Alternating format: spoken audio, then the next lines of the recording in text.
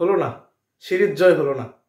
শ্রীলঙ্কার বিপক্ষে শ্রীলঙ্কার মাটিতে প্রথমবার তাদেরকে হারিয়ে ওয়ানডে সিরিজ জেতা হলো না। প্রথম ওয়ানডে হারার পরে দুর্দান্ত একটা কামব্যাক করে সিরিজটা জেতা হলো না বাংলাদেশের। প্রথম ম্যাচটা জঘন্যভাবে হারার পরে দ্বিতীয় ম্যাচে জিতে একটু আশা দেখাইছিল বাংলাদেশ, কিন্তু যে আর সেই তৃতীয় ম্যাচে এসে আবার হেরে গেলাম।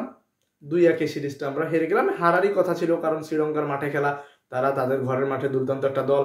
2-1 হারবো, হারা স্বাভাবিক। তবে আমরা যেভাবে হারলাম, যেভাবে আমরা ম্যাচগুলো হারলাম, এইভাবে কি হারার কথা ছিল? এইভাবে কি হারলে মানা যায়? জঘন্যভাবে হারলাম না, মানে কোনো প্রতিদ্বন্দ্বিতা করতে পারলাম না। হারতেই পারে একটা দল, আমরা লড়াইটা পর্যন্ত করবো না তাই বলে?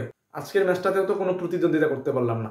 প্রথমে বোলিং করলাম আমরা, বোলিং করে স্কোর বোর্ডে ওরা করছে 285 রান, যে রানটা 320, 25, 30-এও যাইতে পারতো।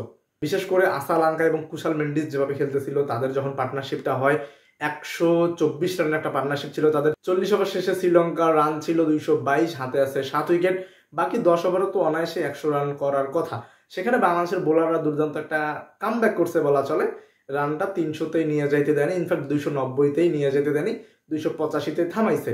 এই পিচে এই উইকেটে 285 রান অনেক রান, মানে যে কোনো পিচেই অনেক রান 285, স্পেশালি আমাদের দক্ষিণ এশিয়ায় যে কোনো পিচেই 250 রানের উপর রানই হচ্ছে চ্যালেঞ্জিং একটা স্কোর। আর সেখানে শ্রীলঙ্কার মতো দুর্দান্ত বোলিং লাইন আপ, যে বোলিং লাইন আপের বিপক্ষে আমরা দাঁড়াইতেই পারি না, স্পিনারদের বিপক্ষেও দাঁড়াইতে পারি না, পেসারদের বিপক্ষেও আমরা দাঁড়াইতে পারি না। 285 রান দিয়ে চেস করবে বাংলাদেশের ব্যাটসম্যানরা সেরকম ক্যাপাবিলিটি বা আত্মবিশ্বাস, মানে সে কিছুই নাই বাংলাদেশের মধ্যে। যেসব ব্যাটসম্যান আমাদের আছে, ম্যাক্সিমাম ব্যাটারেরই গড় 30-এর আশেপাশে। তো আপনি 7টা জেনুইন যখন ব্যাটার নিয়ে খেলবেন, 2টা ব্যাটার অটোমেটিক প্রত্যেকদিন ফেল করবে, মানে 7টা ব্যাটসম্যানের মধ্যে 2টা ব্যাটার অটোমেটিক ফেল করবে। বাকি 5টা যে ব্যাট করবে, 5টাটা যদি গড় 30 করে ধরি, 5-30-এ 150, মানে আপনার 200 রানই হয় না। বাংলাদেশের সাথে সেটাই ঘটতেছে, বাংলাদেশে 200 রান করতে পারতেছে না। প্রথম ম্যাচেও 200 রান করতে পারেনি রান চেস করে, আজকেও বাংলাদেশ থামছে 186 রানে। রান চেস করে 200 রানই ম্যাক্সিমাম ম্যাচে করতে পারতেছে না। এই সিরিজে 2টা ম্যাচ খেলছি, 2টা ম্যাচে আমরা পরে ব্যাট করে 200 রান করতে পারিনি। আগে ব্যাট করে 200 রান করছিলাম, যেটা আবার 300 বা 290, 80 রান হইতে পারতো, সেটা আমরা 250 রানই করতে পারিনি, 248 করছিলাম। 50 ওভারের ম্যাচ, ওয়ানডে ম্যাচ 50 ওভারের, আমরা 50 ওভার ব্যাটই করতে পারি না। আগে ব্যাট করেও পারি না, পরে ব্যাট করেও পারি না। এবং বাংলাদেশ যে এই ম্যাচটা হারলো, লাস্ট 11 ম্যাচের মধ্যে বাংলাদেশ ম্যাচ হারলো 9টা। আমরা লাস্ট যে সিরিজ 3টা খেললাম, আফগানিস্তানের সাথে 2-1 সিরিজ হারছি, ওয়েস্ট ইন্ডিজের সাথে 3-0-তে সিরিজ হারছি, এবং আজকে আবার শ্রীলঙ্কার বিপক্ষে 2-1 সিরিজ হারলাম।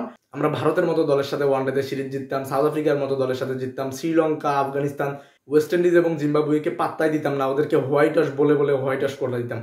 তো সেই ওয়ানডে ফরম্যাটটা আমাদের গল্প করার মতো ছিল, যে ওই ফরম্যাটটাই আমরা গল্প করতাম, যে আমরা ভালো খেলি এই ফরম্যাটটাতে। তো এই সেই ওয়ানডে ফরম্যাটটাও 2023 সালের পর থেকে হারাই গেল। সিরিজটা যে গেল, 2 ওপেনার 2টা হাফ সেঞ্চুরি করছে, বাকি 2 ম্যাচে তারা ফেল করছে। তাওহিদ হৃদয় প্রথম ম্যাচে ফেল করার পর পরের 2টা ম্যাচে 50 করছে, আজকেও 50 করছে। জাকির আলী অনেক শেষ দিকে একাই লড়াই করার একটা চেষ্টা থাকে, কারণ আগেই সব ব্যাটার আউট হয়ে যায়। প্রথম দিনও 50 করেছিল প্রথম ম্যাচে, পরের ম্যাচে সময় ছিল, আগে আউট হয়ে গেছে, 24 রান করছে। আজকেও আবার সেম সিচুয়েশনে পড়েছিল, যে অন্য কোনো ব্যাটসম্যান নেই, একাই আর কি করবে, 27 রান করে আউট হয়ে গেছে। তো এই সিরিজে জাকির আলী অনেক 100+ রান করছে, তাওহিদ হৃদয় 2টা 50 করছে, অবভিয়াসলি 100+ রান করছে। পারভেজ হোসেন ইমন 108 রান করছে 3টা ম্যাচে। ম্যাক্সিমামেরই গড়, মানে এরা যে ভালো খেলছে, সর্বোচ্চ রান এরাই 3জনই করছে, তো এদের গড়ই হচ্ছে 35, এভারেজ হচ্ছে 35। তো আপনি 35 এভারেজ দিয়ে কি করবেন? সর্বোচ্চ পারফর্মারদেরই যদি এভারেজ 35 হয়, 34-35 হয়, তো যারা খুব খারাপ খেলছে, মেহেদী হাসান মিরাজ খারাপ খেলছে, 3 ম্যাচে করছে 37, নাজমুল হোসেন শান্ত 3 ম্যাচে করছে মাত্র 37 রান, তো তাদের গড় কি হবে? তাদের গড় 12। হ্যাঁ, প্রত্যেকটা সিরিজ প্রত্যেকটা প্লেয়ারে ভালো যাবে না, কিন্তু যারা ভালো খেলতেছে তাদের গড়ই তো 34-35। তাহলে যারা খারাপ করতেছে তাদের আরো গড় কেমন হবে? এবং সবচেয়ে ভয়ঙ্কর যেটা বিষয়, সেটাই বললাম, যে বাংলাদেশ 50 ওভার ব্যাটিং করতে পারতেছে না। 20 ওভারে যদি টি20 ম্যাচ হয়, আমি যদি প্রত্যেক ম্যাচে 20 ওভার খেলতেই না পারি, তাহলে আমি কিভাবে ম্যাচটা জিতবো? আমি তো তখনই ব্যাকফুটে চলে গেলাম। পরশুদিন থেকে 10 তারিখ থেকে টি20 সিরিজ শুরু হবে। দেখা যাক টি20 সিরিজে বাংলাদেশ কেমন করে, ঘুরে দাঁড়ায় কিনা, সিরিজটা জিতে ওয়ানডে এবং টেস্টের দুঃখ ভুলায় দেশে ফিরতে পারে কিনা, এটাই দেখার বিষয়। বাংলাদেশের ম্যাচ কেমন দেখলেন? কেমন আর দেখবেন? খারাপই দেখছেন, সেটাই কমেন্ট সেকশনে জানাইতে পারেন। শুধু ওয়ানডেতে না, টি20-তে বলেন, টেস্টে বলেন, বাংলাদেশের ব্যাটিং ব্যর্থতা সবসময় চলমান, সবসময় চলে। ম্যাক্সিমাম ম্যাচ ব্যাটসম্যানদের কারণে আমরা হেরে যাই। তো বাংলাদেশের ব্যাটসম্যানদের নিয়ে কি বলবেন? মানে কিভাবে উন্নতি করা যেতে পারে? আপনার কাছে কি মনে হয়? কমেন্ট সেকশনে জানাইতে পারেন।